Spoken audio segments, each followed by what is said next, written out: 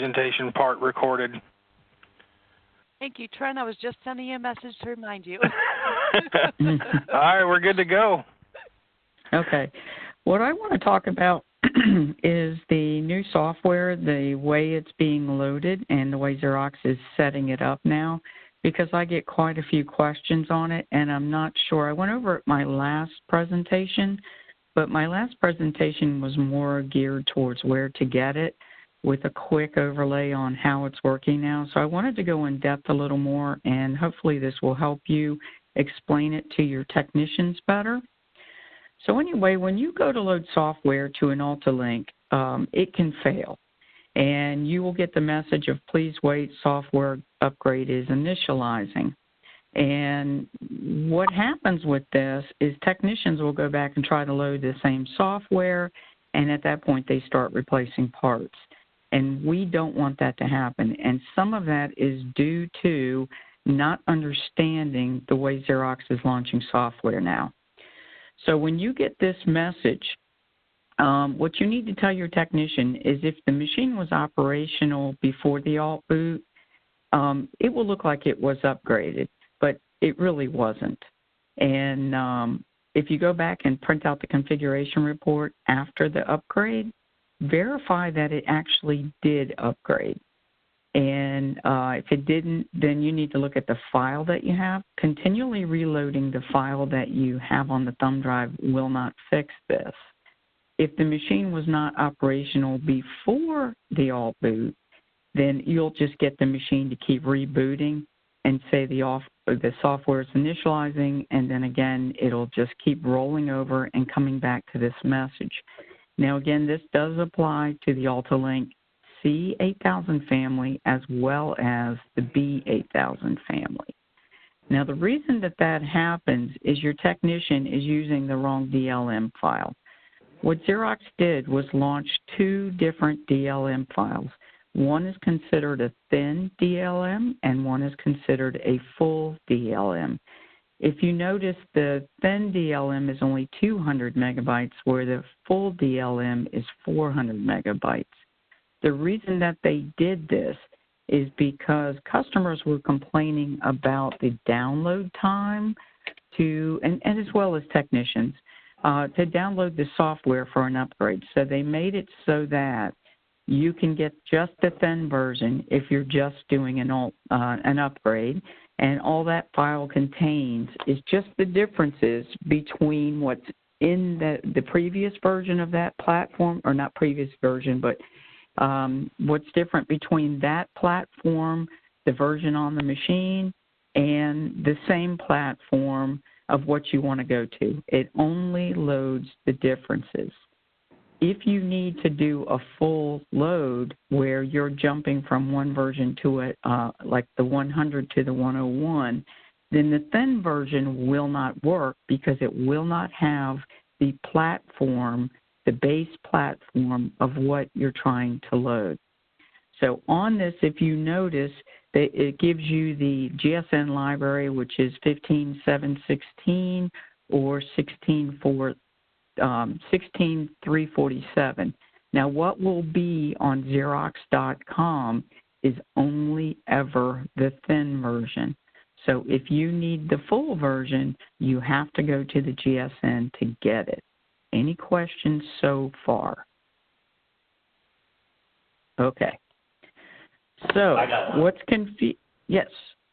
So if I go to the portal and I'm looking at the software lists and I open up the PDF and click the link from there, I know it takes you to basically Xerox.com, but it's, the SPAR section. Am I going to end up with the alt boot or the light version?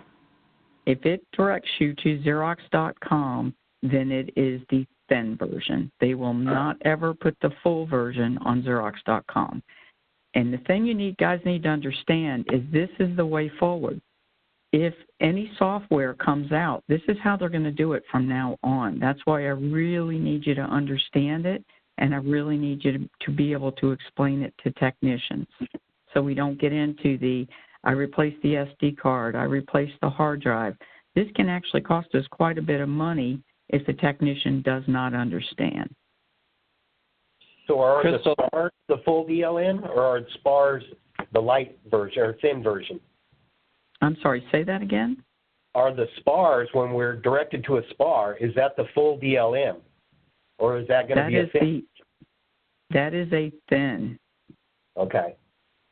So we're Because not the really expectation is you are just upgrading. I got you.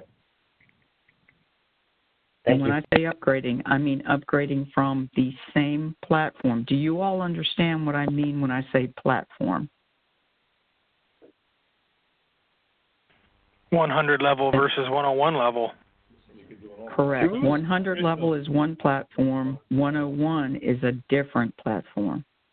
Crystal, So, yes. if you were at platform 101, let's say 27400, and you wanted to alt boot the machine to 32100, would you be able to do an alt boot using that thin version because you're already at the Yes. same platform? Yes, provided your machine is up and running, yes.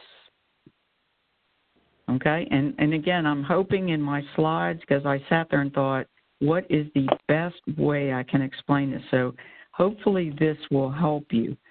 So if the machine with a 100 platform is down, and now this came directly from a Eureka tip that I read, and I read it again, and I was like, yeah, I'm not sure that's so clear.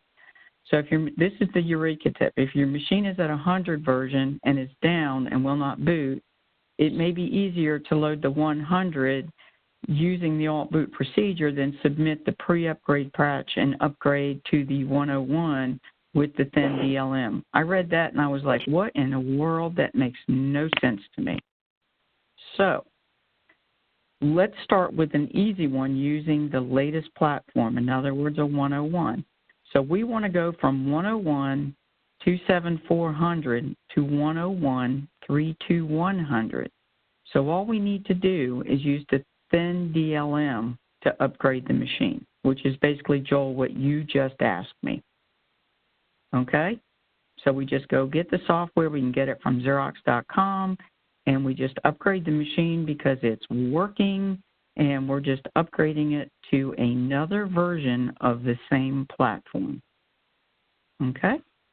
So now let's do, so again, now we're going to do one where we're going to go from Crystal? the 100, yes. I'm sorry, this is Mark Sunbury again. I just wanted to touch back on that B8000 upgrade. I know that he only did a standard upgrade. He didn't do an alt boot. So when he was going to do that, just like he was getting that error, that might explain the problem. Just before I would forget about that, I just wanted to make sure everyone was tracking that. When Well, Boise the did thing that, is, if he's, I'm sorry? go ahead. When he Are did you the talking upgrade, about the problem where the fault sheets aren't, or the error count? Yeah, the counting is not being, or not printing? not that part, with the error code for the bell, the side door bell failure. Okay. That was just a standard upgrade that he was going through with that. I don't know if he did a forced alt boot on that. Just again for Boise. It shouldn't. This is Tim in Boise. This is Tim in Boise. Yes, Darren did both full and thin. So and replace SD card and the whole deal, and still getting the errors. It should not matter, because keep in mind, when you are going from the 100, let me go back a slide. When you are going from the 101 platform to the 101 platform, the idea is the software is loaded on Xerox.com for the customer to be able to upgrade. And customers, when they upgrade the machine, they just do it through the web page. And basically, when you put that file on a thumb drive and put it in the machine, you're submitting that file to the web page. So whether you do it via alt boot or whether you do it via upgrade, you are doing the exact same thing. You are submitting the file to the same place. Okay? So the next slide, we are going to go from the 100 platform to the 101 platform. if you recall what I said before, if you are going from one platform to another, you have to use, the full DLM. And the reason you have to do that is because you need to load the base of that platform. So we cannot just jump with the thin software from 100 to 101 because we don't have the footing, basically, for the 101 even there to begin with. So when that software gets loaded, it can cause all kinds of weird problems, and that's even if the machine upgrades it. Hey, Crystal, this is Joel. I had one where I was using the jar file, and I was going from 100 to 101, and it wouldn't work because when I pointed to the zip file, it still wouldn't work. I ended up pointing to that pre-upgrade patch, and then everything went through. It's kind of weird. Okay. Now, I did have somebody tell Joel, me that they if I could mention haven't something been on that? loading the patch. Go ahead. Okay.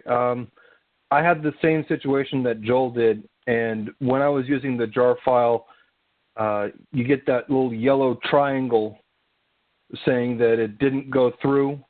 If you click on that, there's that repair file that will end up, you can download. It's like 490 megs, and you install that, and then you can go ahead and use the thin version. It was no problem afterwards. Yeah, that's well, if it's what 490, that's what I ended up having to do.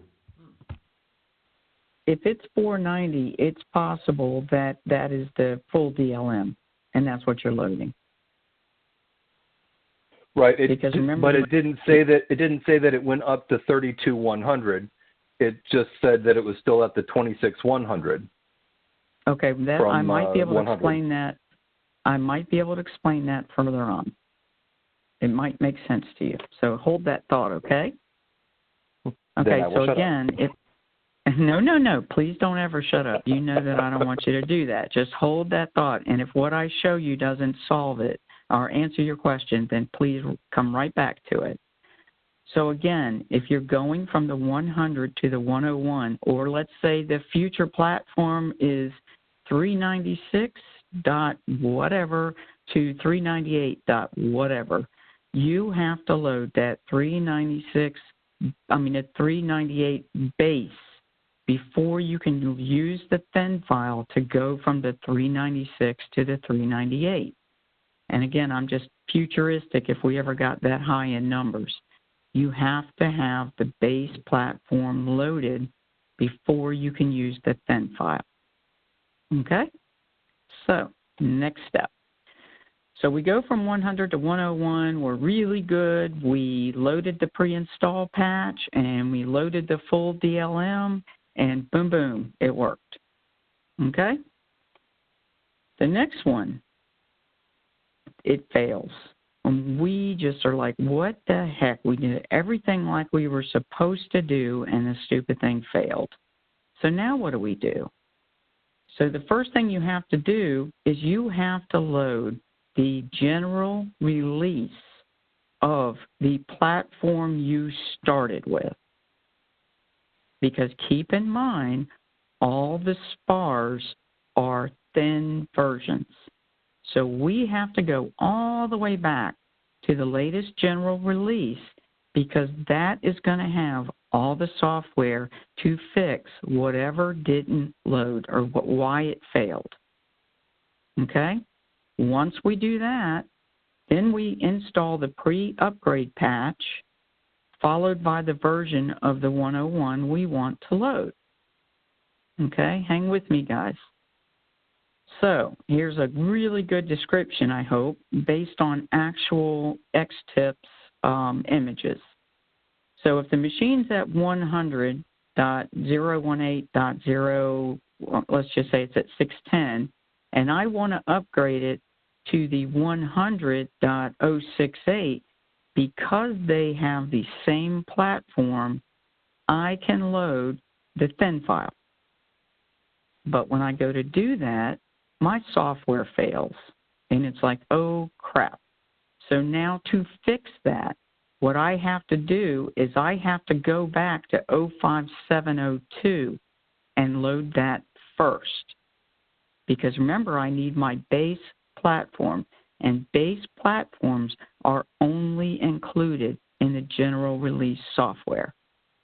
So once I load the 05702, then I can just jump to the 26100 with a thin file, because I'm going from within the platform to another version of the same platform.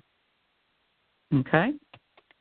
The next one, I want to go from 100, 26100 to 101, 32100. Guess what? It fails. So what I have to do is I have to go back and I have to load the version of software for the platform I started with.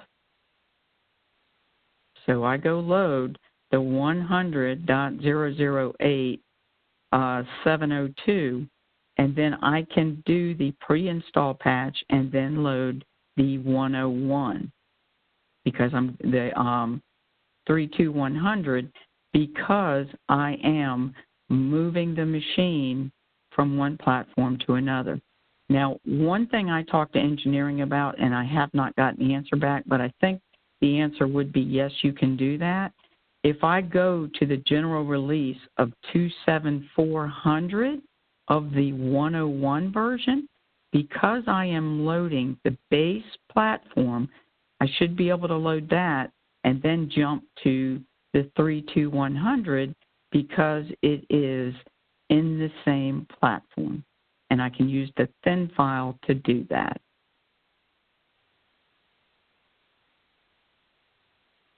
But if your technician does not have the 27400 loaded, or downloaded, I should say, but they do have the 05702 downloaded, then I can go ahead and put the 05702 on there, the pre-install patch, and then upgrade. Okay? And going forward, as I said, this will be the process for all Altalink software. The thin versions for upgrading machines within the same platform, and the full version is used to go from one platform to another, or recover a machine that won't boot.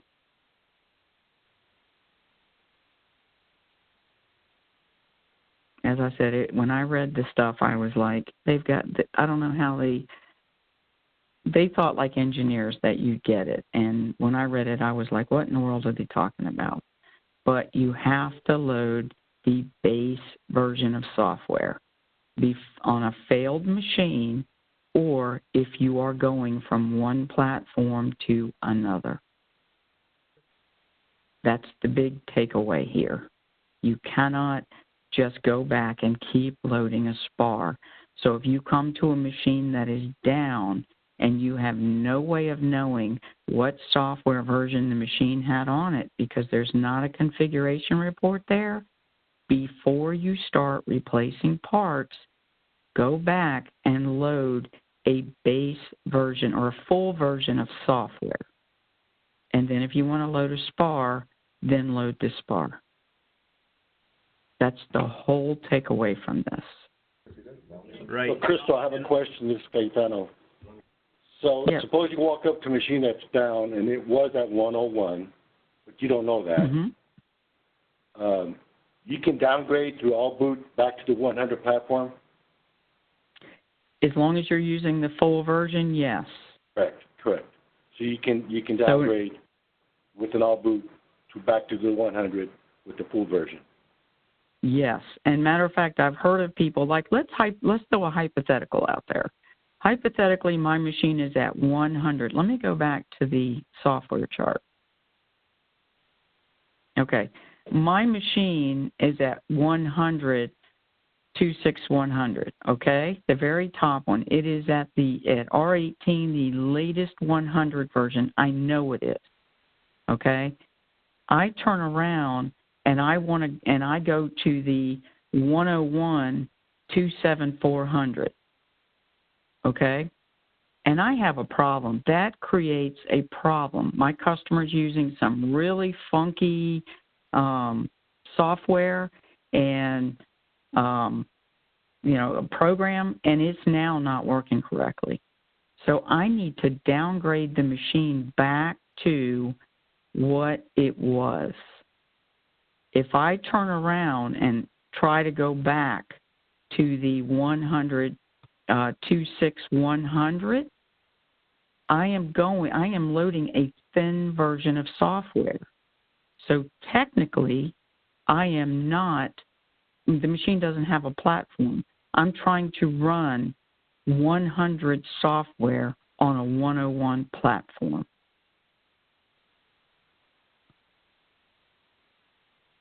And what I need to find out from engineering is, are they forward moving? In other words, if I have 26100 and I load the 27400, is that backwards compatible? So can I just turn around and go back to the 26100? And I haven't gotten an answer on that yet. Has anyone tried that? Where you were at 100, you upgraded to 101, it caused a problem. So you turned around and loaded a 100 SPAR on the machine to fix it. Has anyone done that? Sorry, Crystal, I wasn't quite sure. We just had a machine that had 27400, and we dipped it back down to 26100. But we did an alt boot, right? The full load?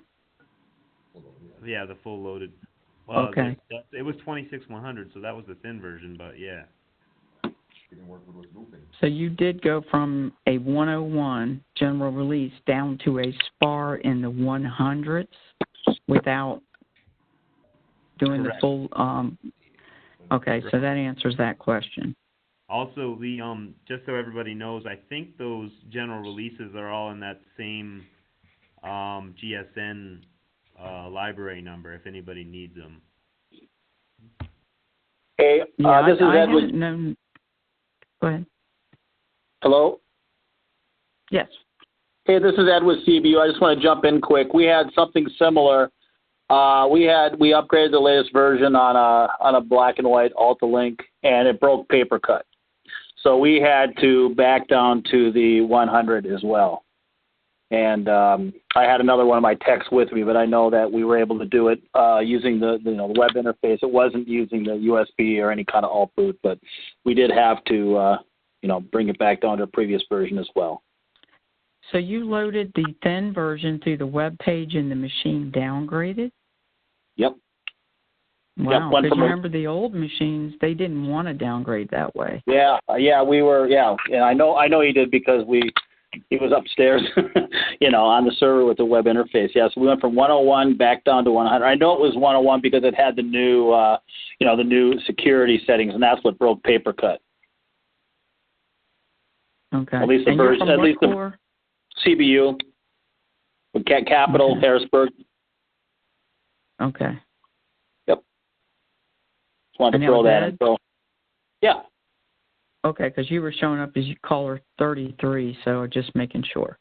Yeah. Okay, so what I want to do at the end of this is I want to add a sheet that basically says that Joel Daly says that he has downgraded from a 101 to a 101 version down to a 100 version using the thin.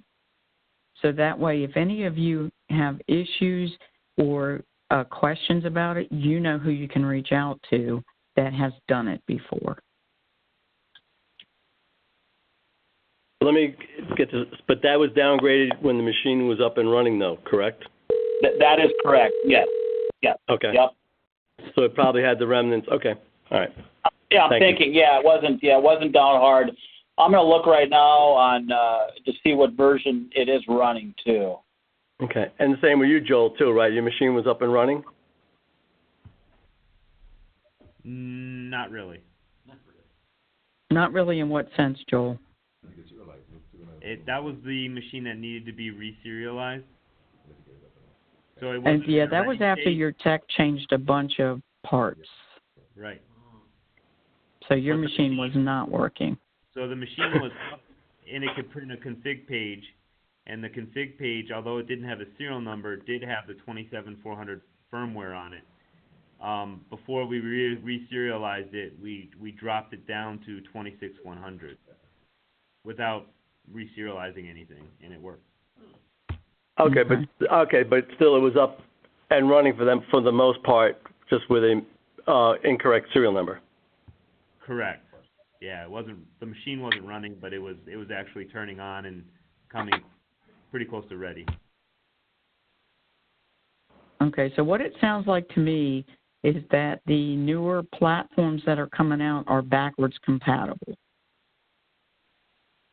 as long as your machine is up and running. Because one thing I want to caution you on is if you have a machine that's acting crazy and you just load the thin version, you may have something wrong with your platform, and your platform needs to be reloaded, not just the thin version.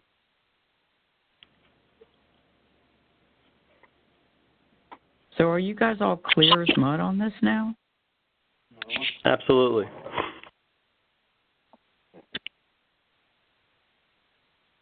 And I will reach back out to the network side of engineering and verify that the platforms are backwards compatible, because what I want to make sure is that we're not doing this, and yeah, the machine's up and running, but it's got some quirky things behind the scenes we don't know.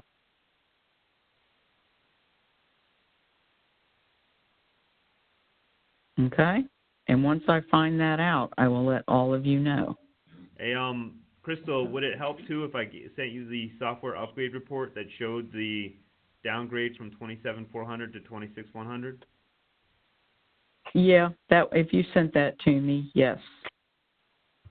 Because I know in the old days when if you submitted a software to the machine that was older or younger than the version you're trying to load, let me back that up, is older than the version you're trying to load.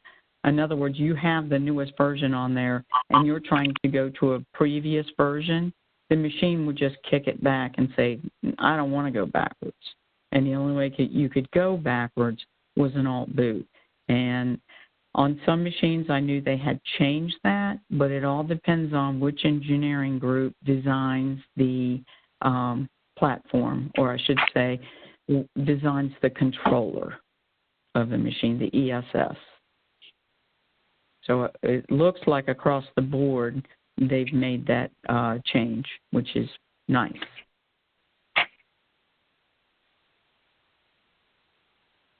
Well, it's nice unless you have a customer go and play with firmware and accidentally downgrade the machine you upgraded to fix the problem.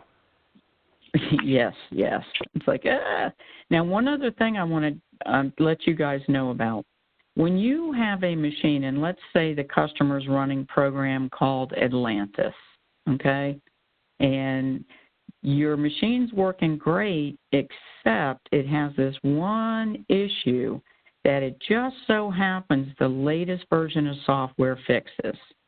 So you grab that latest version of software and you upgrade the machine to it. And now suddenly Atlantis doesn't work right. And you verified this because you downgraded the machine to the version where Atlantis did work right and it's working perfect. But you're in a dilemma because you need that fix that the latest version of software happens to take care of. In that case, you have to call field engineering and escalate it, because keep in mind, SPARs are not tested to the degree that general releases are, and so it may be that Atlantis program was never even thought of when that SPAR was written. And so what they have to do at that point is get the logs off the machine and different things like that to find out why it's not working. And then they'll, odds are, issue a fix for you or put it out there as a SPAR in the next SPAR release to take care of that issue.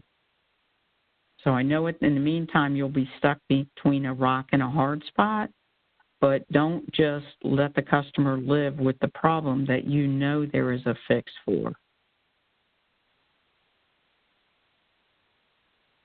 Okay? So are we all good with software? And I just want to let you know, if you still are not and you have a question about it, please contact me. Okay?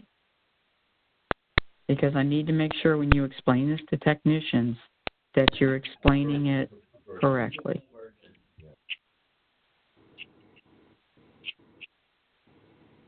And don't want there to be a case of suddenly we're going through a rash of SD cards and hard drives, all because the technician tried to recover a down machine with a thin version of software.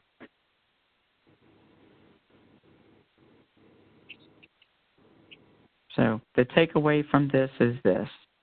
If your machine is operational and it is on the same platform, you can use the thin version to upgrade.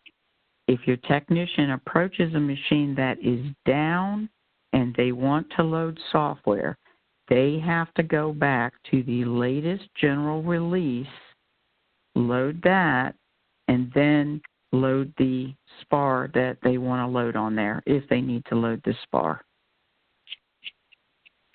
They cannot use a SPAR to recover a downed machine. Now that confuses me just a little bit, Crystal. Up to this point, we've been able to use like 26100 SPAR to bring a machine back to life. Now going forward, we would not be able to use the 26100. We'd have to go back to that, was that 57402? Let's back up for a second, and it depends on why the machine won't boot. Let's say a bad hard drive. Hard drive goes out. Okay.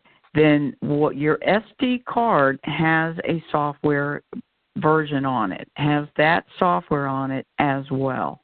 And so when you change that hard drive and you load the SPAR version, odds are it can fix it. But let's say that your issue is not a parts issue. You suspect you have corrupt software. If you go back and you try to load just that SPAR version, you may or may not fix the machine. It depends on if the software corruption is part of what's changed from one version to the next, aka your thin version of software, or whether it is a platform corruption. Does that make sense? That makes more sense. I gotcha. So if it's a mechanical thing, going back to one of the previous versions, as long as the SD card is still okay, exactly, should be just fine. Anything else, exactly, corrupted software, it's back to general release. Exactly. All right, now I got it. Thank you. Mm-hmm. But if I had a machine that's acting kind of crazy and I was going to reload software, it's running, but boy, is it doing some weird things. Like, for instance, printing my reports part of the time, my internal reports, things like that. I would go back and I would load the general release for the platform that I want to load, and then if I wanted to load the SPAR, then I would load the SPAR. That way I know that my platform itself is good, and now I'm loading the SPAR, which is just on top of that. So I have a clean load. Versus if I go in and all I do is load the thin version, the SPAR, then all I know that I have for sure is a clean differences load. What's different from the platform to what's included in the SPAR. That's all that's a clean load. I still could have issues with my platform. Hey, Crystal, this is Arn. Yes. So this is going to be, can we assume then at this point that going forward all SPARs are going to be a thin version? Yes, 100%. Now, do we know if the SPARs contain all of the previous SPAR fixes? So if we load the latest SPAR, we're getting all the fixes too. Depends. You have to go back and look at the release notes to see what it includes, and they'll list it includes this fix, this fix. The reason is sometimes they release SPAR versions that are a one-off for a particular customer, and that may or may not be included in the latest SPAR. So you have to read the release notes to see what it includes. Hey, Crystal? Yes. One quick question. Just I know this has come back and forth a bit. What do you feel is the best practice as far as if doing the alt boot using the PWS tool or USB stick? Okay, what engineering, and I was on the phone with him for 45 minutes on this one. He is telling me that when you do the alt boot using the thumb drive, you are doing the exact same thing as you are doing with the PWS tool. What he said is the only reason the PWS tool was developed is because there are secure accounts that technicians are not allowed to take thumb drives in, and that is the only reason that was developed. If it were not for secure locations, you would not even have a PWS tool. Great, thank you.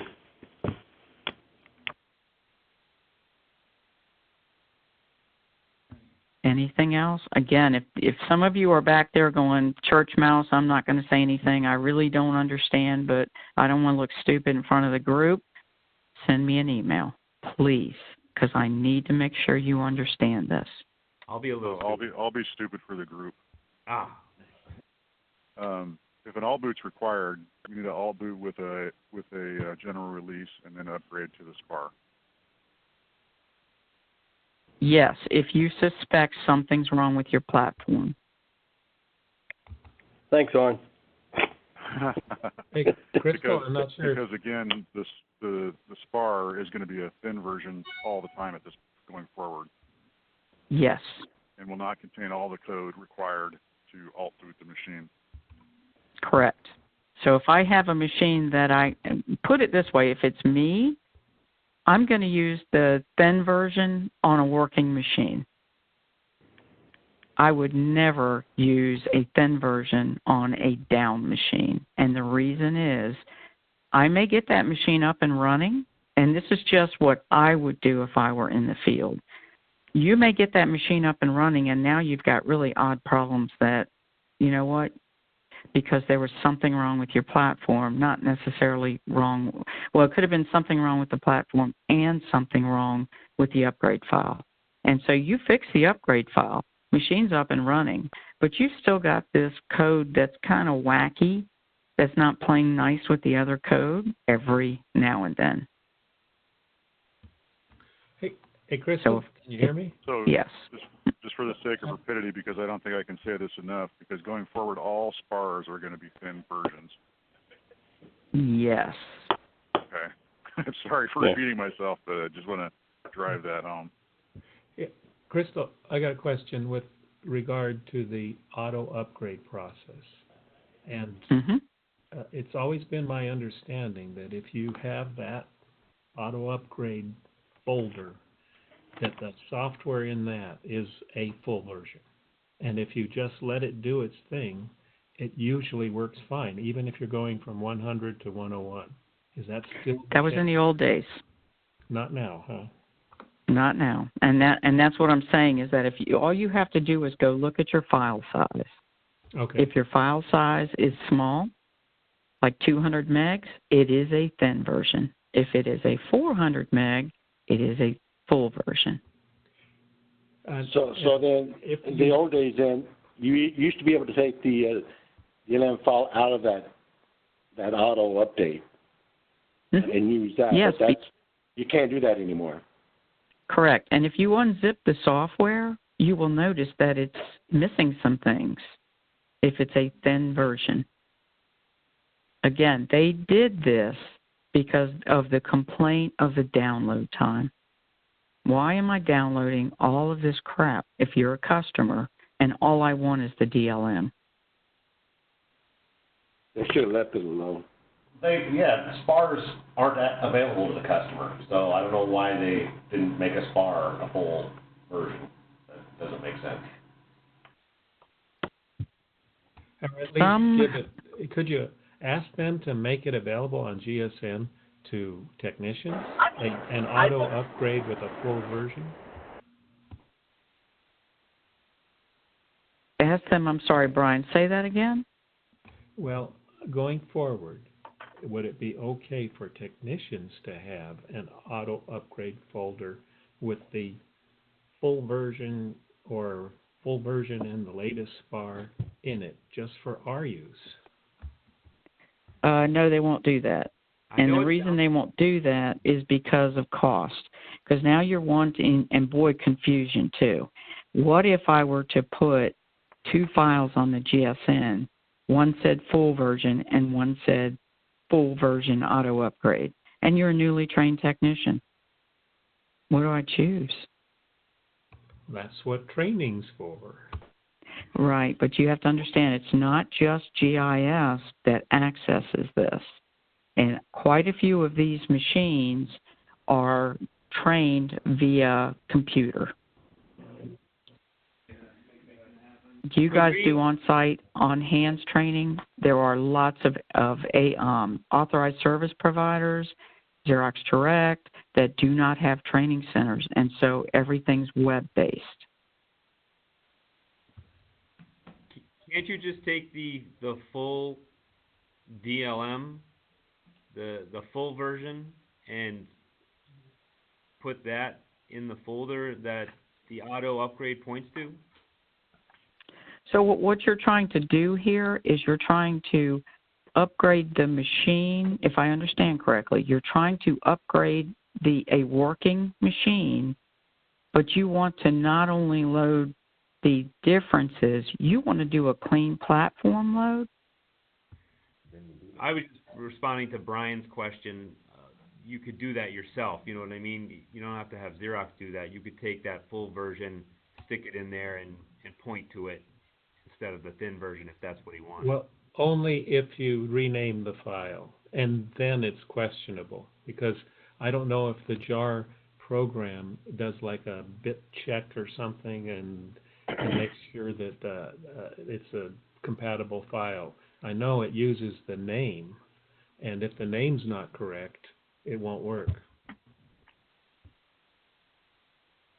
But are you trying to load the full version to get a clean load versus just doing the differences? Actually, just simplify it, because honestly, the auto upgrade process is simple for technicians. If you tell them to use that and everything's in the folder that's needed, they're fine. It works.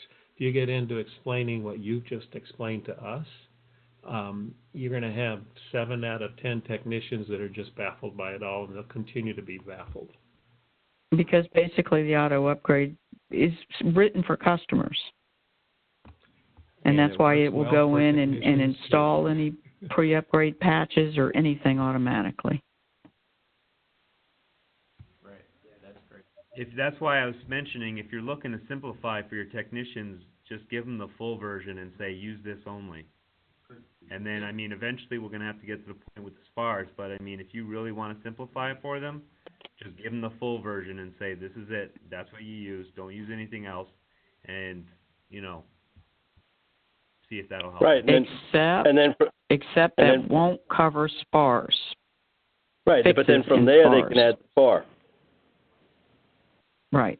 It'll be the latest general release is all the full versions are, Joel.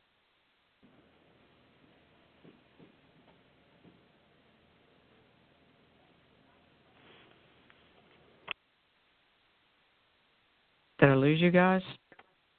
I just have one. It just came to my mind. I just want to make sure it's clear this case, panel. So if you have a 101 platform machine that's down, and you need to do an alt boot on it, you know it's a 101, you can still use the thin version alt boot to get it back up, correct? You don't have to go. You still have to go No. back to. Yes, if it's down, what engineering is recommending is if your machine is down and you want to reload software, they are saying go back to the latest general release of that platform, load it, and then do a upgrade to the SPAR that you want, simply because you may have corrupt software in your platform. Yeah, I know, but I mean, if you're already at 101, the platform is 101, right? So But are it's you not saying go back that's to the a SPAR. But that, let me pull that back up, but it's a SPAR.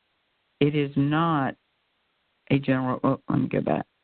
I guess it goes back to what you said. Depends why it's out of why it went down. Right. If my machine was at 32,100 and it crashed, will not boot, then what you need to do is go back to 27,400, alt boot the machine, and then put it back to 32,100. That way you know your software is clean loaded. Versus if I just go back and load 32,100, there may be an issue with my platform that I did not fix. In the general release, are you talking about going on to Xerox.com for that general release or the GSN?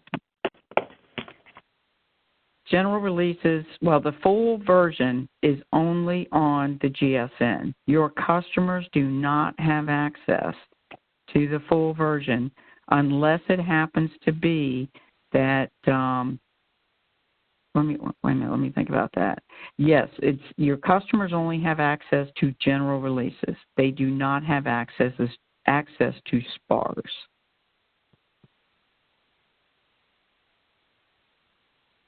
Right. But to get the full version, the only place you can get it is the GSN. Is that what you're saying? I think that's the confusion. Crystal is I think you might be asking as far as the full version and the thin version of the general release. Let's do this.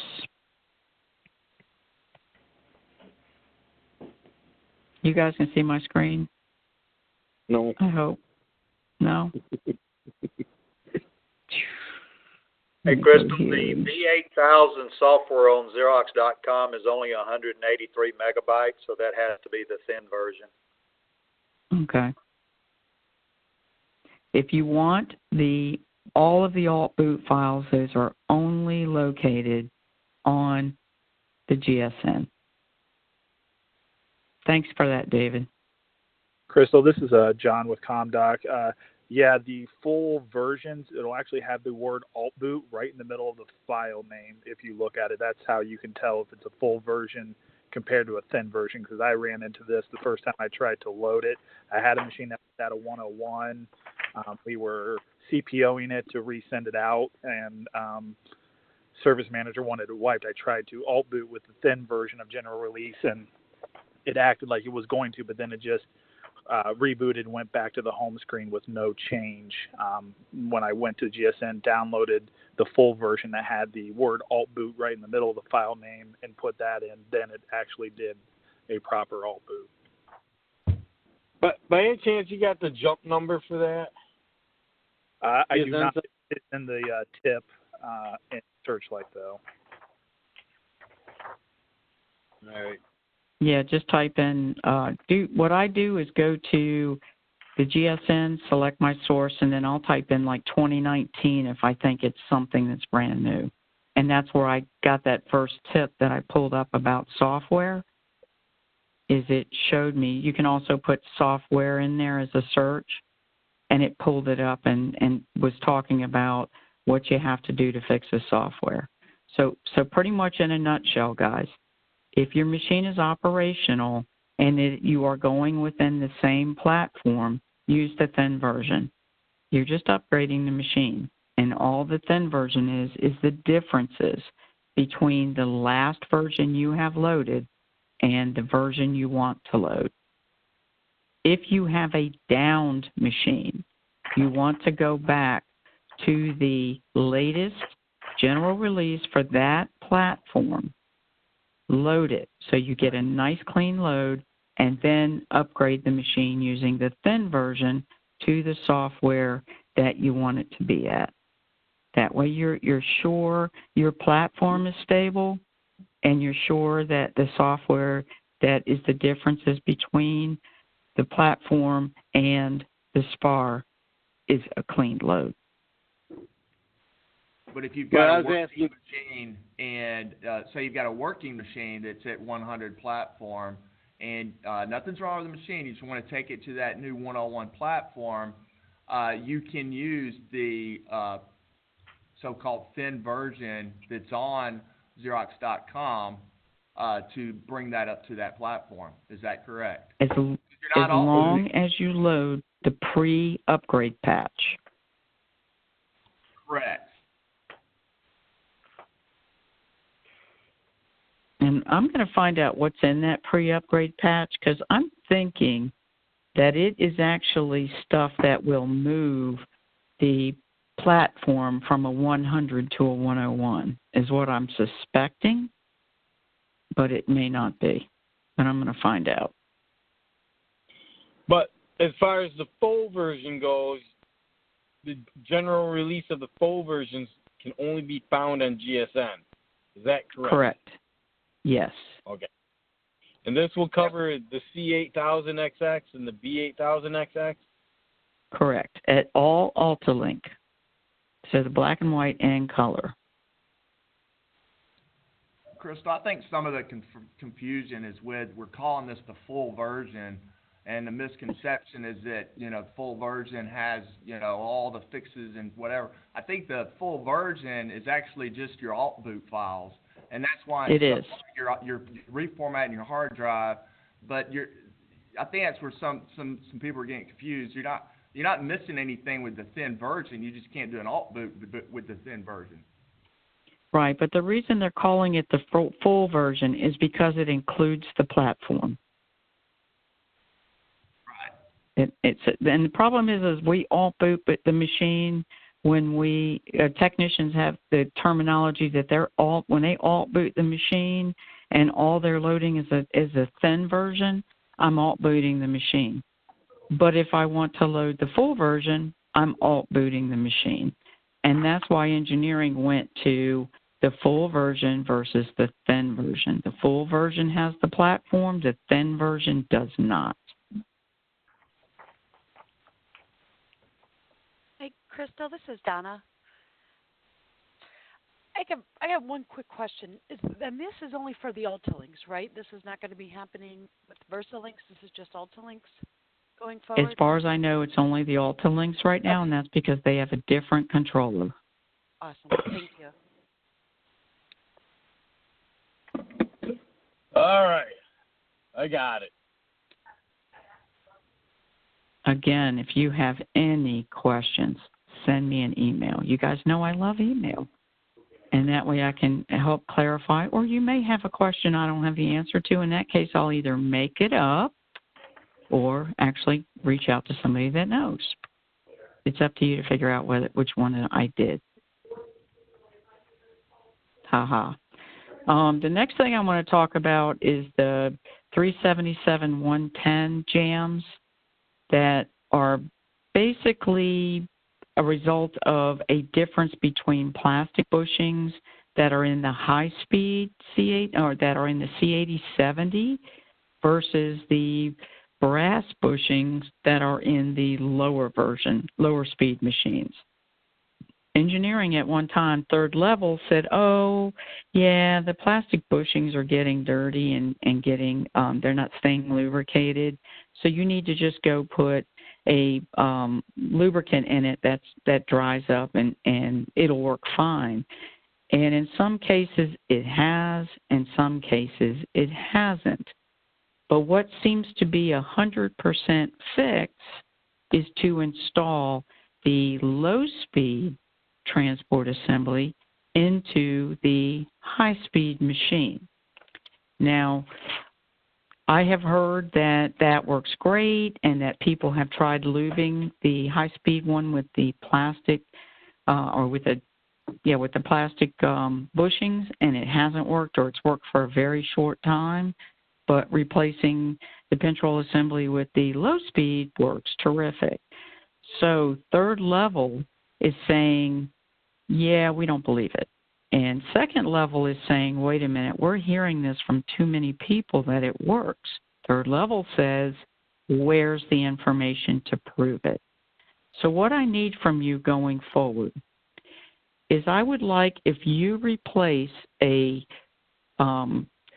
pinch roll assembly in a high-speed machine, a C8070, with a pinch roll assembly from a low-speed machine, please hang on to that assembly, get me a configuration report. Matter of fact, if you're going to give me anything, you have to have a configuration report, period, and as much detail on the problem and the machine as you can give me. In other words, hey, this machine's a C8070 and the customer runs 90,000 a month, or they run 20,000 a month, and it's jamming 3 or 4 times a day, or if you're good enough to say, hey, it's jamming every 3,000 copies or something like that. And then after you install that transport, if you happen to go back to that machine and think about it, then give me the information. Hey, the machine's run 200,000 or 300,000 since I installed that pinch roll assembly, and I'm here for a different problem. Or, hey, I installed it, and here it is a week later, and my 377 110 jams are back. So it didn't fix my machine. That's the information we're looking for.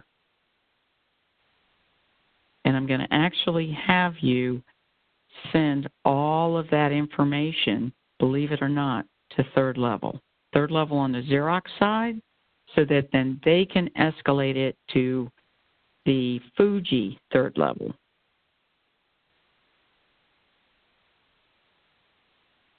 Okay? I know you're replacing the transports. I know it's fixing the machines. The thing is, though, we do not know down the road what the transport on the low machine, what's the difference? There has to be one. Why would you put plastic Teflon or plastic bushings in the machine that's a higher speed? You would think you would do it the other way around. So there is a design reason for those bushings being different. So we need to know, is there an issue that putting the low speed into the high speed creates that we're not aware of? Hey, Crystal, this is John with ComDoc. I actually just pulled the pinch roller itself out of a transport assembly on a high volume machine and put it into the transport assembly. And it's in our warehouse. It's a machine that was pulled out for this issue. I've only run a couple thousand through it over the past couple of days, but I haven't had a single jam since I've done it. And the pinch roll just fit into the transport assembly with a perfect swap. I couldn't find any difference. Right. But it's the material is what I'm concerned about. So what you're saying is that you took a brass assembly and put it into a one that had a plastic assembly. It fit perfectly, and you've been running it, and it runs fine. Yes. Yeah, actually, the pinch roll came from Xerox because we tried to order transport assemblies, and they told us they were on back order to at least February, and asked if we wanted some from one of their scrap machines, and they sent them to me, just the pinch rollers themselves. They actually sent me one plastic and one brass. I used the one brass pinch roller in a 8070 that had been pulled from the field for even Xerox Direct Tech couldn't fix it. So we pulled it and did a like for like on it. Okay.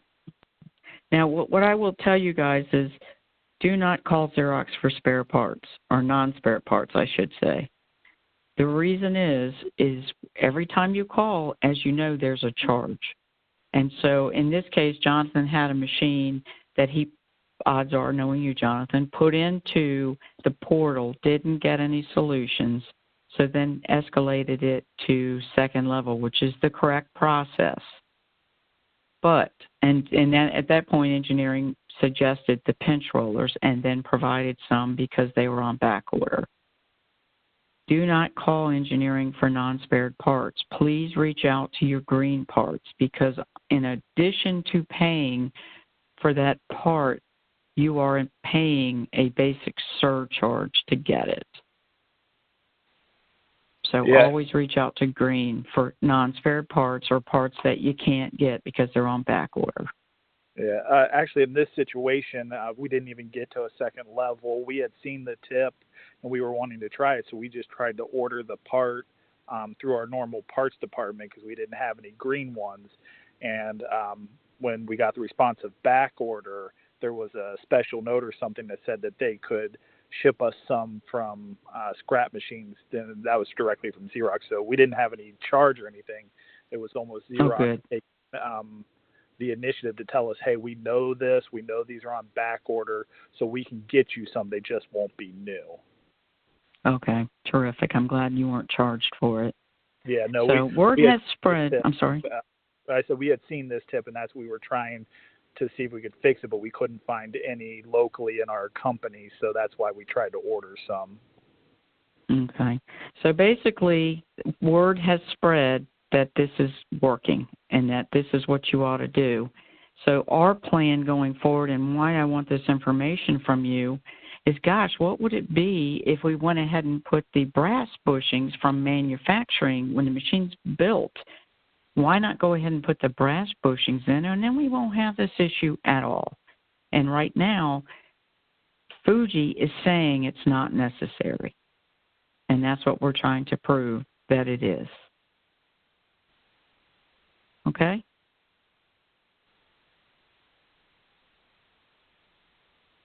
So, anything else you guys want to talk about or anything? I know we're way over time, but I need to make sure that you understand those two things right now, the software and the pinch roll assembly are kind of really top things for me right now.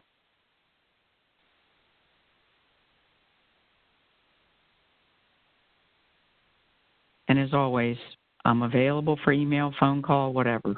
And there's no such thing as a stupid question. Just you're stupid if you don't ask it. Okay? Thankfully, we have Arn. Awesome. Well, thanks, everyone. I will talk to everybody again next month. And Trent, if you could hold off posting my presentation until I'm going to reach out to engineering. I'm actually going to call them right now and see if I can't get some summary as far as